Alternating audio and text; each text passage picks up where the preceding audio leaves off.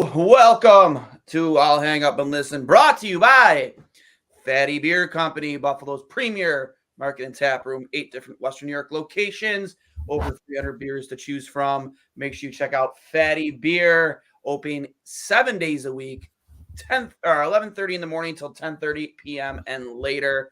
Live entertainment and trivia at all 8 locations, and of course, one of Western New York's only kid and dog-friendly bars. And let's not forget, while my co-host rubs his microphone, coming in over the. You wanted to be a DJ while we do the. Yeah, just trying to add something in the background here. Buffalogo Apparel Company, one of Buffalo's best spots if you're looking for any of your Buffalo sports apparel needs, your shirts, your hats, your hoodies. Buffalogo really does have it all. From their Buffalogo trucker hat, which I have on tap right here, or similar, the Buffalo NFL Shield hat as well. Two of my favorites that they offer at Buffalogo. Recently gave one of each away. Great lids to have. I'm a big hat guy myself. Make sure you go check them out at Buffalogo Co. on Instagram and Twitter, at Fatty Beer on Instagram and Twitter. But the Sabres win after going down to a 2-0 hole, and they storm back and win 5-2. Hurls, before we really dive into it, like, what was your reaction to those 2 quick goals in the first period? I mean, it's typical of this team. I think I saw a stat that they've given up 2 or more goals, I think 22 times in 49 games this season. So almost half of the games they've played, this has happened. And it just seems like, for whatever reason, they were largely the better team in the first 8 minutes. They were out shooting the Sharks. They were out chancing them. And then on the first goal, on the second shot of the game, they let up a goal, which I think UPL was screened on, but kind of a weird play. And Vlasic just fired it home. And then Ryan Johnson tips it in front of UPL. So I wouldn't necessarily put either one on him, but it just seems like this team, if they can't get one for themselves early, they're very susceptible to giving up one themselves. So typical, especially considering the other night, down 3-1 in the first to the Kings. But it's a really good sign that they've been able to storm back. They weren't able to do that early in the year, and that was their main problem. So signs of encouragement moving forward. But yeah, definitely coming out of the All-Star break, got to get off to quicker starts with tangible scoring differences. Agreed. I listen. I tweeted out after they came back and tied it. I was mildly impressed. LA is a little bit more impressive than San Jose, because San Jose is just a train wreck this year. But it is encouraging. What's not encouraging is the injury to Jack Quinn. It looked bad, or else it looked pretty bad. Yeah, so I think we can both establish right from here that we're not doctors, and we have no medical history or experience. So what we say here is not to be taken as bond. A doctor on Twitter did respond to me with a video of the replay, and he said MCL or ACL based upon his initial impression. MCL is the worst of 2 evils there. No, ACL would be the worst. No, I said no. I mean the lesser of the 2. Well, the lesser of 2 evils. Yeah. Yes, MCL is the lesser of 2 evils there. If it's an MCL sprain, based upon my history of dealing with fantasy football injuries, I think that would be less than a month. ACL, he's out for the year. Yeah, anything related to his Achilles, which I saw you ask about it online. I asked about it. It's the same leg. It is the same leg? It's the same leg. Yep. I had 2 different people say it was the same leg. So nobody from the team confirmed it. But. Yeah, I mean, that's what I'm saying though. Like, I don't necessarily trust random people, because I did a fair amount of research and I wasn't able to find. Yeah, I tried looking it up too. Nobody specified right or left. One random person said left, but yeah, nobody really knows. So therefore, I'm not going to trust that at all. I really have no faith in that whatsoever. It's kind of frustrating in hockey that it's always upper body, lower body, and they never specify the actual injury. In this case, we knew it was an Achilles, but we don't know which one it was. When I immediately saw him grab down towards his leg, and especially in the way that he even tried to get up. Yeah, in the way that the foot kind of like bent the way that it did leads me to believe that it is the same leg, which would just be absolutely devastating. Max Pacioretty tore his Achilles twice in less than a year, I think. And he was a guy that actually reached out to Jack Quinn after he tore his Achilles back in June. Mm-hmm. I was reading a Buffalo News story about that during the third period. So you got to hope that it's not that. That would be just absolutely devastating. I don't think Pacioretty's been able to come back from that yet. Obviously, really, really bad. He's been probably the Sabres' maybe top 3, top 4 player since he's returned from his injury in late December. So that would be really devastating. Dylan Cousins has really started to play well since he's been back. He's had a little bit of a resurgence himself. So on all fronts, that would just be horribly, horribly, horribly depressing for this team, just as they're starting to pick up their stride a little bit. January was by far their best month of the season, without a doubt. It was probably their easiest month in terms of strength of schedule, but you did start to see signs of encouragement from this team. So that would be really, really bad. Yeah, I put this out there before. I mean, I think JJ Paterka, I mean, obviously I'd be remiss to say that like him and Quinn together they bring out the best in each other. But I think Paterka has shown for the majority of the season that he can score really no matter where you put him. With a small stint of, obviously there was like 3 weeks there where he didn't score a goal. But like for the most part, he's been very consistent. He's their leading scorer with 18. We saw the Owen Tippett contract get signed this week. $6.2 million for 8 years. Very good comparable for both Jack Quinn and JJ Paterka. For me, it's like I think we're looking at a $7 million player here. Let's be real. Like, I mean, 6.5, 7, and if I said 6.5. I said 6.5 after goal 1. I was like, oh, he's probably gonna get 7. He's trending towards 30 goals in the season. That's roughly what you pay a 30 goal scorer. Hopefully, that works out. I mean, if he gets 30, like more than earned it. So yeah. And everything about his development up until this point has shown that he's gotten better every single year. With that being said, who fills his shoes? I tweeted, it's got to be Kulik. You have to bring. I mean, you need both. You need both. We're both in the same mindset that it should be Kulik, but it's probably not going to be Kulik. Like, it can't be Tyson Jost. It can't be. I mean, Olafson's been sitting. Yeah, so it's probably going to be Olafson. I discussed in a podcast earlier. Yep, Lance Laskowski has just confirmed it is the same leg. Yes, so hopefully it's not the Achilles, which he ruptured last offseason. But it can't be Tyson Jost, man. It can't be Brett Murray. Like, you need a top 6. You need a guy that can slot into your top 6. I wish I like Victor Olofsson. I would love for Victor Olofsson to slot in somewhere and start scoring and get out of this, I don't know what you call it with him.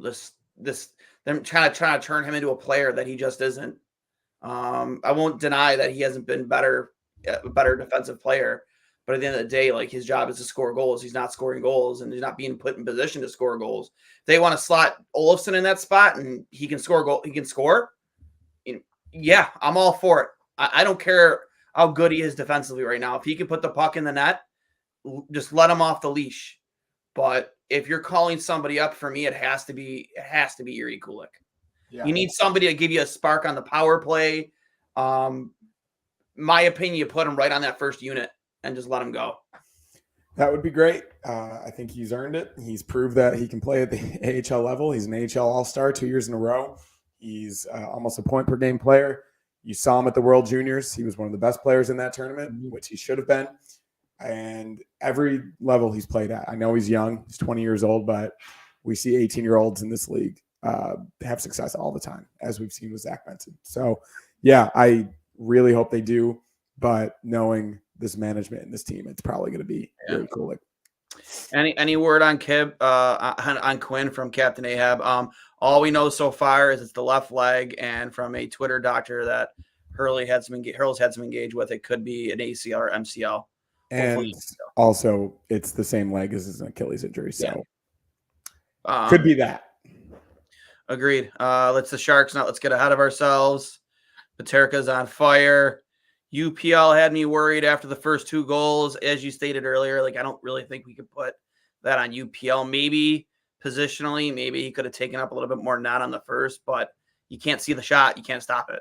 And it was a bullet too. I know. Yeah, he blew it by UPL, and it was a seeing eye shot. I don't put that on him. And he made a few really big saves in the first period to keep them in it. I think it was at 2-1 or even 2-0. So he responded really well, just like Levi the other night. Yeah, Hurls really wanted to say Achilles heel. Yeah, I was trying to think of the word earlier, but given the nature of this situation, I'm not big win, slow start. Colin Smith said on the broadcast that after he got off the ice, they said he did put pressure on his leg. I mean, that is a good sign, I guess. Just with an Achilles, like, it's such a my boy OC. If it's they don't bring up Kulik, they don't care. Yeah, they don't. As we've discussed many times, like from a development perspective, both Donnie and Kevin Adams, it's just like it doesn't seem like they have any real tangible thought. I mean, aside from bringing up Kulik for 1 game, playing him 7 minutes, and then sending him down right after that. That's all that we've seen thus far. So I like this comment from Captain Ahab. Team defense is playing the way it should. Rebounds cleared. UPL saw shots clean, with the exception of the first one. UPL has always played well with a structured defense. Agreed. And I think me and you've said it multiple times on this show that, if you could play good, structured, sound defense in front of either of these goalies, you're going to win hockey games. Up until I think the new year, that was non-existent. Yeah. And you look at UPL's numbers. Before the game, he's under 2.5 and he's above. He might even be above 910 now. So that's all you could ask for going into this season from a guy that's not shown much consistency up until this point.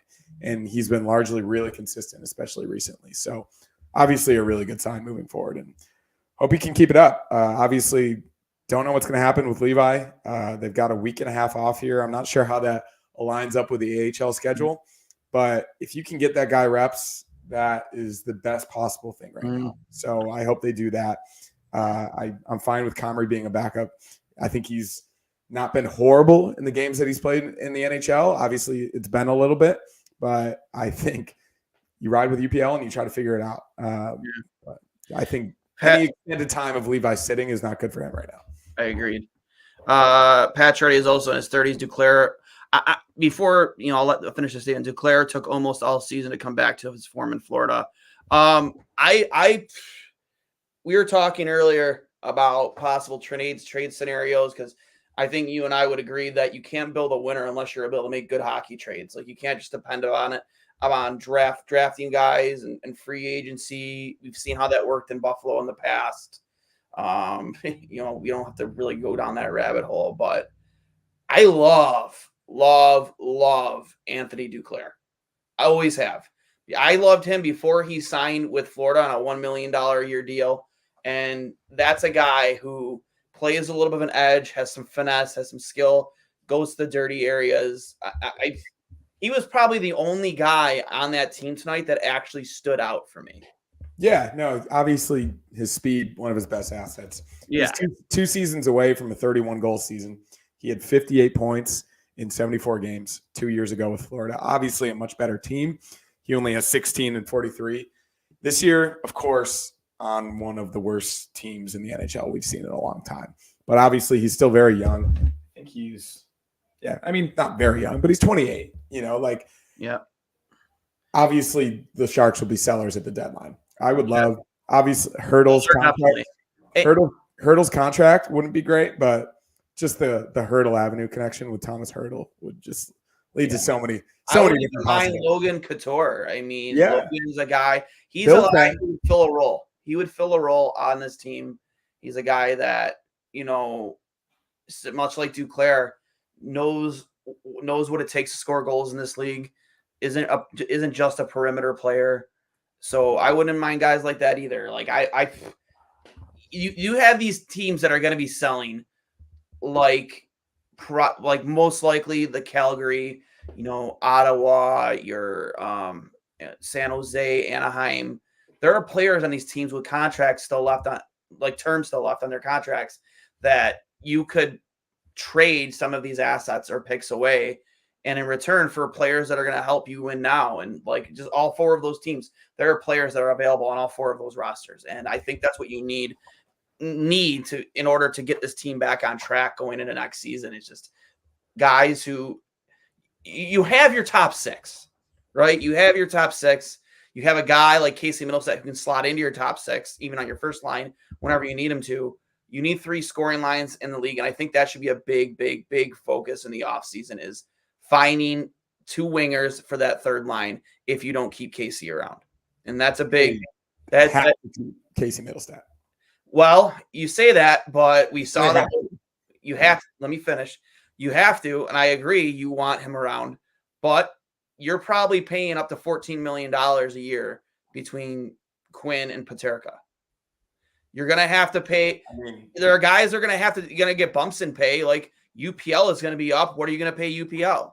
What I mean, eventually you'll pay Devin Lee. I know these are questions you don't want to think about having to answer, but they are. No, for sure. You got to. And if you're paying $7 million a year to those 2 guys each, just throwing it out there, then what are you giving Casey Middlestat? He's been a point per game player. I know. I mean, it could be as high as 7.5, maybe even 8. That would be more than Cousins and Thompson. But especially at the same time, given what we've seen over the course of the past 2.5 years, he's been your most consistent and best forward. Yeah, but playmaker, you put him on any line. I think even Walt Sabermetrics tweeted today, like they put him on a line that would hinder his future contract. And he's still ceiling, and then he's still got 2 points. Like any player that they've put him with this year, he's produced. He's been great with Skinner.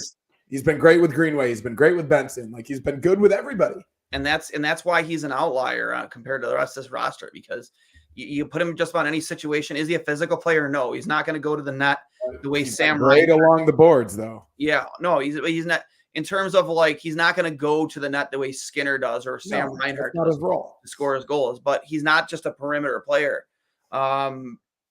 He's the outlier on this roster. He offers something else that a lot of these guys that you do have locked up long term don't.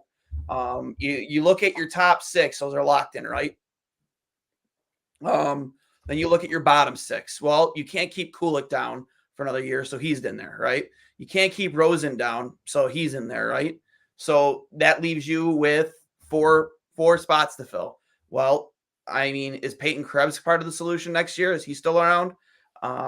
Probably. Jordan Greenway, he is a Don Granato guy. I don't see him leaving. I just don't. He's been great. He's been really good. So now that leaves you with 2 slots. Casey Middlestat. Now it leaves you with 1 slot. You need flexibility in your lineup. I'm not advocating for Casey Middlestat to not be on this hockey team. But when push comes to shove and you look at the salary cap, you need to have some flexibility with the cap, even though it's projected to go up. Can you afford to pay $24 million plus or 21 to 24 million, maybe more, who knows, to those 3 guys? I mean, 3 of your best players. So I don't disagree with you. I really do think that they can. So I'm not sure what the cap. I mean, I'm no cap guru, but I think you need to make it a priority to lock those 2 guys up first, because Owen Tippett just set a market. I think that you want to jump on the opportunity to, and hey, maybe they take this Quinn injury in stride and they say, hey, they use the you can't stay healthy seems to be. We want to put you on a. Yeah, it really depends on what happens with this. So I mean, I was encouraged about Casey Middlestat as I am Jack Quinn. So I don't, and again, I don't disagree with you, but it's just, you can't pay everybody. For sure. You can't. But at the same time, the team is still young. They're all still developing. This is Middlestat's best season of his career. Obviously, Peterka's as well, and they're only going to get better. I think that, and you could probably even get a bargain at the same time. So From Kevin here, is it me or is Benson not look that impressive as of late? Captain Ahab followed up, but if you watch Benson, he does not hurt your team. He comes back on defense and back checks. Agreed. I listen. That's not, I didn't even say Zach Benson's name. He's on this team next year. Of course. Yeah, you know what I mean? But I mean, you know what I mean? I'm saying these guys' names, and it's less room. Like, no, for sure. I mean, it's a good problem to have. I think at the end of the day, like, Tage Thompson needs to become Tage Thompson again. Skinner, I'm not worried about. He's always going to score goals. Didn't do much today, but I think he's still recovering from his injury. Yeah, so I think he's back sooner than he's going to be fine. I thought Tuck had a really good game. Yeah, like compared to other lineups, it is like a little bit different throughout the league, but at the same time, like they are very young aside from Skinner. Mm-hmm. So yeah, I think you lean into that and hope Cousins plays the way that he did this month compared to the start of the season. Agreed. Tage Thompson gets back to the flashes that we've seen this year, and then obviously way more similar to last year than the entirety of this year. It's not the easiest position to be in, but at the same time, the foundation is there, and they've been playing much better. So we'll see. But yeah, I think those, at least Paterka and Middlestat, are a priority. Yeah, actually, Joey Sultan, intern Joey, couple clicks for him. Handled the game thread tweet today. Did it in stride. Good job, bud. Hats off to you. So a couple clicks for him. From Gene Mark, I don't even try. I'm sorry, I go with Benson on that line, and Victor Olofsson needs to be on a line with Casey. I mean, realistically, again, this is all depending on what's going on with Jack Quinn. I think that's the guy you do put Olofsson with. You know what I mean? Like, you put him with Casey if you want to get the best out of him. I think Casey's a good distributor of the puck. He has great eyes, good vision, high IQ player. He'll find a way to get Olofsson that puck into that sweet spot where he likes it. I'm in total agreement with that. So personally, we'd love to see it be Kulik, but chances are it's going to be Olofsson. Yeah, older Kulik, who is ceiling it would probably be a lot higher. What's your analysis on performance of defenseman Bryson? I think he had a really rough start. He had a couple giveaways. I think his giveaway led to the Sharks' second goal. He was a little bit weak on the puck in the defensive zone. I think that's kind of his calling card, given that he is a little bit of a smaller guy. I do think he responded, and I mean, the entire team did defensively, and they were better towards the end of the game. And I even saw, I think it was Harrington said he was pretty good in LA. And I kind of noticed that too. I thought his best asset is his skating. He's a really, really good skater, and he can keep up with almost anybody. But obviously his physicality is lacking given how small he is. But I think Jacob Bryson is what Jacob Bryson is at this point. He's a puck-carrying defenseman who's just not going to offer you much physically. He's your seventh emergency defenseman. Yeah. That's not going to be a long-term NHLer. So at this point, he's a stopgap, and you hope you can survive. And the past two games they have. So Thompson is soft. If Thompson is injured, he should rest. Struggling, lacks energy, push, drive. I didn't hate Thompson's game. I thought he had a lot of looks. I wouldn't say great chances, but looks.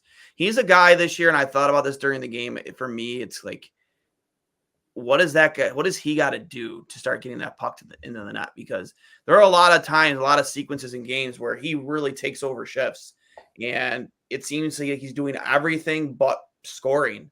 I don't know, like, what's it going to take for him to start getting back at that pace he was last year? It's pretty clear to me that he's playing through some injuries, but that's a guy that I keep on saying that's a guy.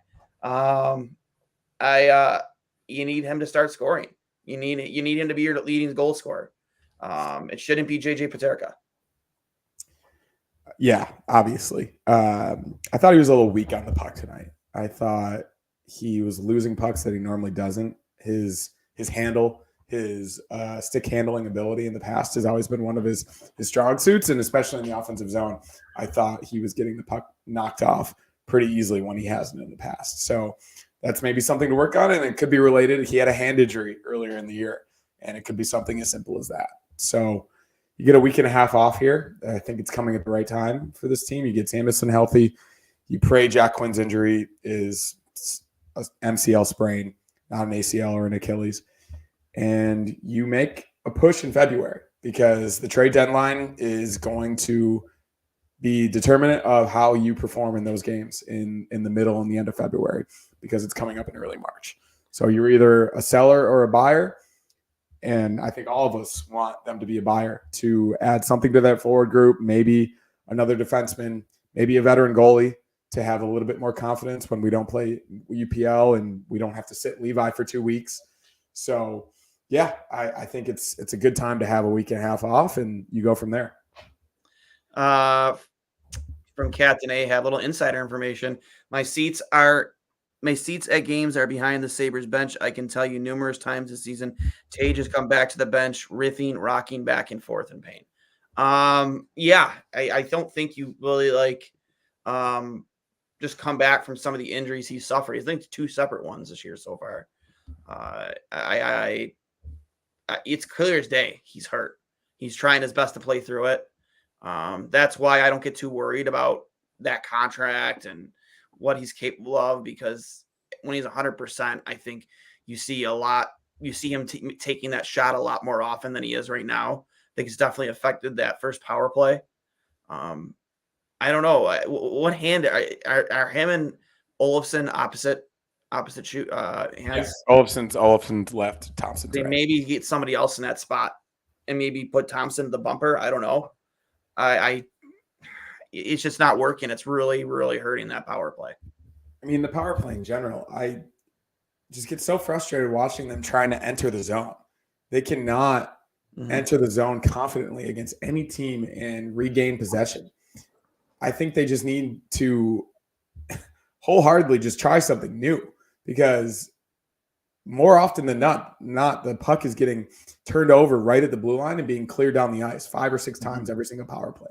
They're trying to force it into the zone. They're putting 3 or 4 guys right on the blue line, and it's just not working. They're banging their head against the wall. So maybe dub it in with some speed. We've talked about this before. Cross-ice dump, anything to potentially gain possession a little bit farther down in the defensive zone, or the offensive zone in their case, and set it up from there, because what they're doing right now is just absolutely maddening. Yeah. Here's a little tidbit from intern Joey. The Sabres are 5-0 with Bryson in the lineup. Okay. I wonder what the win percentage of those teams is. Whatever, man. 5-0. Joey, please find out the win percentage of the teams that Jacob. You know who's 16-0 in the last 16? The Edmonton Oilers. 16 wins in a row since firing their head coach. I think they've lost like 5 times, something like that. Yeah. And they were like 2-9-1 to begin the year. It is honestly just saying. It just shows like how much talent's on that team. Just saying, I'm not advocating for an in-season change, but the Edmonton Oilers are 16-0 since firing their head coach. I was going to say who was Tage Thompson's junior coach, but it was Don Granato. Yeah, right. Unfortunately, we can't just do the same thing as the Oilers did with. Go find out who coached Darlene over in Sweden. Yeah. Who was that guy? It was he was in the same circles as Kruger. Yeah, well, not the same. Forget his name, but it was a Swedish coach. Yeah, he was highly regarded at the same time we were looking for him. Then he went over to Switzerland. I forget his name. Yeah. Can somebody in the chat remember that? And Phil hasn't gotten an NHL opportunity as far as I know. Phil Housley? What's that? Phil Housley? No, that coach. That guy. I thought you said Phil. No, it's not Axelson. Phil, and it's not Axelson. No. It's like an R name. I'm almost positive like an R name. Yeah. Well, either way, I think we're not stuck with Donnie, but we're at least going to have him. His contract extension doesn't kick in until after this season. I just don't see them firing him mid-season. You know, Pagula probably doesn't want to be paying another coach to not coach for him. For sure. So I think we just got to live with it and figure it out. But I think big picture, after a pretty abysmal start to the year, they're 22, 23-4, obviously under 500. But if you get the same amount of wins and losses with some overtime losses, at least in terms of the NHL's insane point system, I consider that to be close to 500. And you're 7 points out of a wild card spot at the All-Star break. Yep, and they have a couple days. They have a couple days off here. They play the Stars back at home on Tuesday. not the end of the world when you really look at it. Like, Stars are a very back and forth team this year. Yeah, and I'm just like, given everything that they've gone through, a lot of injuries. Skinner's been out a couple times. Tage has been out. Donlene's obviously been. It's not his best year by any means. I think they're not in the worst spot given everything that's happened. And if they continue to play the way that they did in January, of course, like pretty horrible schedule. Like you'll see what happens. Yeah, Blue here Jackets, you go. Kings, Leafs, Philly, Avs. Wow. And now well, that would make it because he played against the Sharks today. So 6-0. Would that be 6-0? I'm not sure. Have we beaten Philadelphia this year? According to him, we have. Yeah, we beat them once, and then we lost the next game. I know that.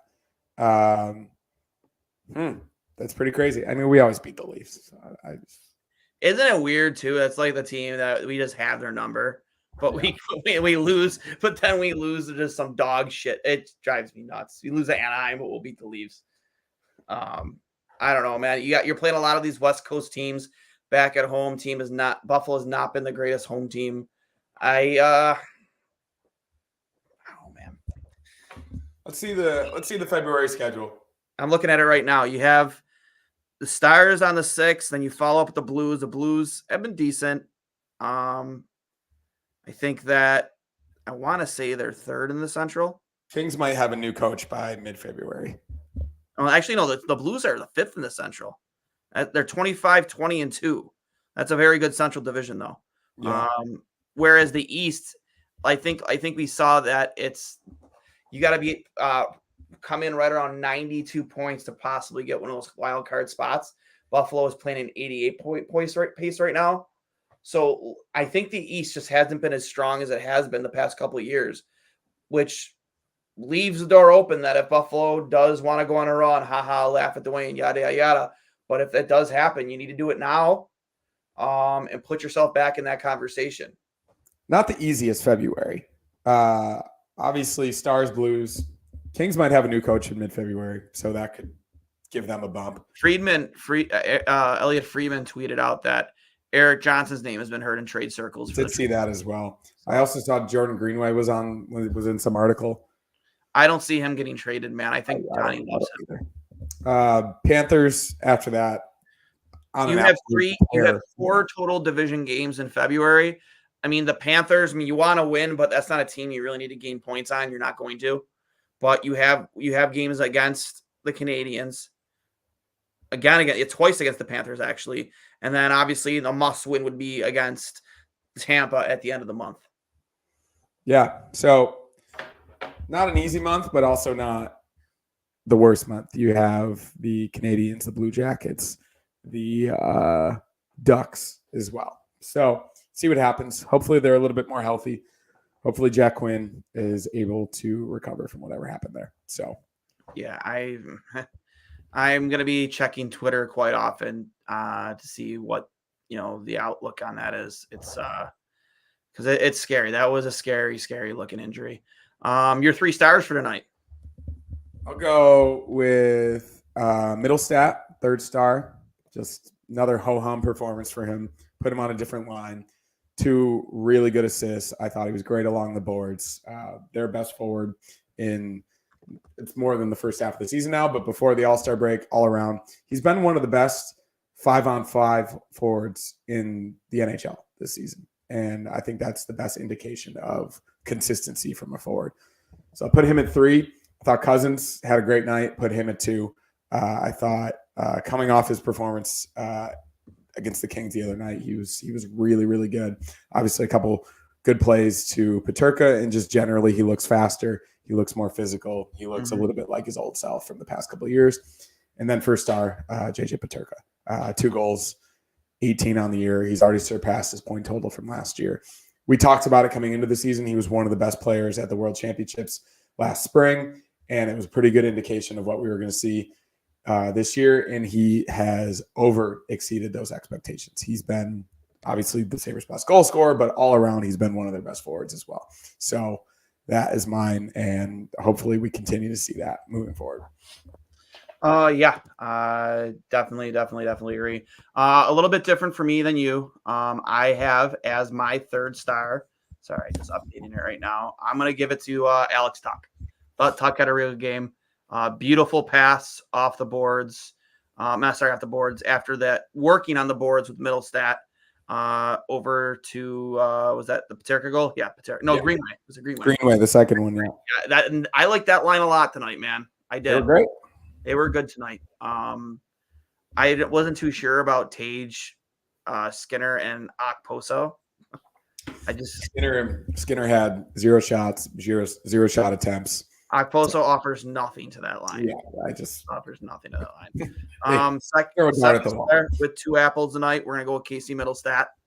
Again, just Casey doing Casey things. We joked about it earlier on Walt's tweet that he was put on the let's ruin his future contract line, and he didn't let it hinder him. Him and Tuck. I don't necessarily agree with just because Greenway's been so good and they've played together. Yeah, I haven't hated Greenway at all. And also, like, Tuck has been a lot better recently. So, yeah. And then first star, same as you, Jason Paterka looked fantastic again. He's really come into his own on this West Coast trip, especially after that 3-week goalless drought that he went on. He's everywhere on the ice, in and around the net. Everything just seems to be going in for him. I'd be interested to see what his shooting percentage is right now, honestly, because he's just last 5 games, he's really been on fire. Also with points and goals in this game, obviously, Cousins with a goal and 2 assists. Mitz with 2 apples. Paterka with 2 goals. Alex Tuck with a goal and an assist. Green with a goal. Owen Power with an assist. And Jack Quinn with an assist. UPL with 23 saves on 25 shots against.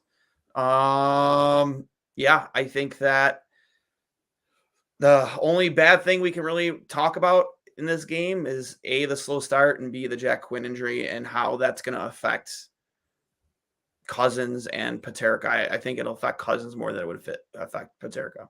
Yeah, but I do think this stretch he's had here is going to wake him up a little bit. Agreed. I really do. I think he, of course, maybe he was dealing with something, but he just looked like a different player. He was zapped of his confidence.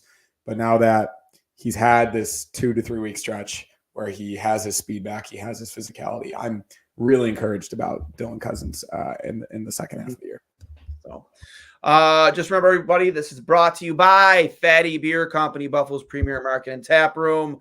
8 different Western New York locations with over 300 beers to choose from. Open 11:30 a.m. till 10:30 p.m. and later, and live entertainment and trivia at all 8 locations. And of course, one of Western New York's only kid and dog friendly bars. And let's not forget Buffalo Logo Apparel Company, one of the best spots to get all of your Buffalo sports apparel needs. When it comes to your hats, your shirts, your hoodies, make sure you get over to Buffalo Apparel. The NHL Shield trucker hat here, also available in black and red, go ahead colors, and then of course the NFL Shield Buffalo Bills hat as well. Make sure you check out at Buffalo Logo Co. Instagram and Twitter, at Fatty Beer on Instagram and Twitter. Hurls, any final thoughts? I think 4 out of 6 on that road trip is not bad. Obviously, pretty horrible game against the Ducks, inexcusable in many different ways. But their response after that, especially being down 3-1 to the Kings in the first period the other night, coming back to win that game and also coming back to win this game as well. It's a good sign moving forward. I think you try to take this momentum into February. You've got 4 games at home coming out of the break. Try to get as healthy as you possibly can. And then why not go on a run? Why not us? They missed it last year. And I think the best thing that you have on your side right now is that you have probably the best goaltending situation you've had in a long time. So the 3 or 4 times that this franchise has been good is when they've been able to rely on a very, very quality NHL goalie. And UPL has played like that, at least over the past month or 2. So you try to ride him. You see what happens with Levi over the break. Maybe bring in a veteran goaltender so that Levi can get more reps. But right now, Ukko-Pekka Luukkonen is the starting goalie of this team, and you try to keep scoring goals and rely on that moving forward. So I'm encouraged. I'm not as down as maybe we should be. We'll see on Jack Quinn. But I think there are reasons for optimism, and we press on into February. He meant to write the Sharks, not the Blue Jackets. So it is 5-0. Omit the Blue Jackets from Keep that. playing Jacob Bryson. You're undefeated with Jacob Bryson. You're undefeated with Jacob Bryson. Hey, I'm all about it. Whatever gets you the W. Final thoughts for me is actually before your thoughts, actually, because we didn't do a post game on that comeback win against LA. I thought, again, they were down 3-1, but I watched some of the highlights. They didn't have a bad period, man. And No. I even tweeted it out. I was just like, this is what you get when the only NHL action your goalie sees is in 2.5 weeks. What did you expect was going to happen? It was a weird night. There were a lot of, so I was in the building, and there were a lot of very sad Buffalo Bills fans there cheering for the Sabres. So getting down 3-1 early was really, really bad for the vibes for all of us. We were all still reeling from that loss. But at the same time, just from watching the game, as you said, it wasn't as bad as it looked. They scored that first goal pretty soon after the first goal from the Kings. And then the two after that, I mean, you could put the second one or the third one on Levi maybe, but he was also making really good saves. It was a wide open game. I thought I bet the under, and I was absolutely wrong. It was up and down the ice, and it was a breakneck pace, and I thought that they responded about as well as they could have. The second period was their best period of hockey the entire season. The kid line, Peterka, Cousins, and Quinn were unbelievable, and Peterka was the best player on the ice the entire night. He was so unbelievably fast. He was forechecking. He was drawing penalties. He had 3 points, 2 goals. He was incredible. So, yeah, it was really, really nice to see, especially for all of us there that really needed that the other night. So that was nice. After another gut-wrenching Bills playoff loss to end the season. Definitely need a W there from the Sabres, and they pulled through. Obviously, it just doesn't taste the same unless that win the Sabres would have clinched a playoff spot or something, but just doesn't, obviously. I don't know. I thought Levi was very impressive after giving up 3 in the first to shut the door the next 40 the way he did. Had a lot of big saves. JJ was phenomenal. And then thankfully they took that momentum, and they brought it here into San Jose, and hopefully they take getting 4 points in a row here into Buffalo against I'm sorry, who is it again on Tuesday? Stars. Look for our first 3-game win streak of the year. Yeah, let's not get ahead of ourselves. And then after that, Saturday. When is the All-Star game? It's the 3rd, so I think it's next Saturday. Okay, so it can't be next Saturday because the Sabres play on Saturday. No, the Sabres' next game is February 7th. We're on the All-Star break now. Yeah. I'm sorry, I'm an idiot. Okay. Yeah, so the Sabres, an All-Star break, we're sending Darlene to the All-Star game. And then your first game back will be February 6th against the Stars, and then they don't play again until Saturday, February 10th against the Blues, both at home.